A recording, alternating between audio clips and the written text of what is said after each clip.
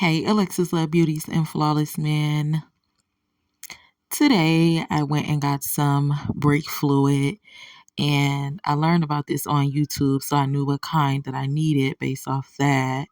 Here is the fill line, and this is the light that I had got. Be sure that when you go to any of your auto parts stores that you get the free test that they do offer because it can give you more information about your car health. Just like we got to go to the doctor, the cars have to go to the doctor.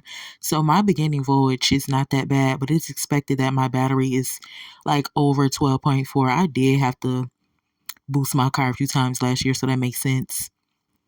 Get you a cylinder and get the oil that you need. Please do not overfill. The man told me that that can mess up the paint in the car and it can cause other problems as well. Okay, well, I overfilled just a little bit, but that's fine. That's fine. And in the back of the trunk, I just have some additional things that I think we all need in our cars. Be sure to watch that video that we had created a while back about some things that you should have in the back of your car. I also have a few other things like a little air pump for the tire.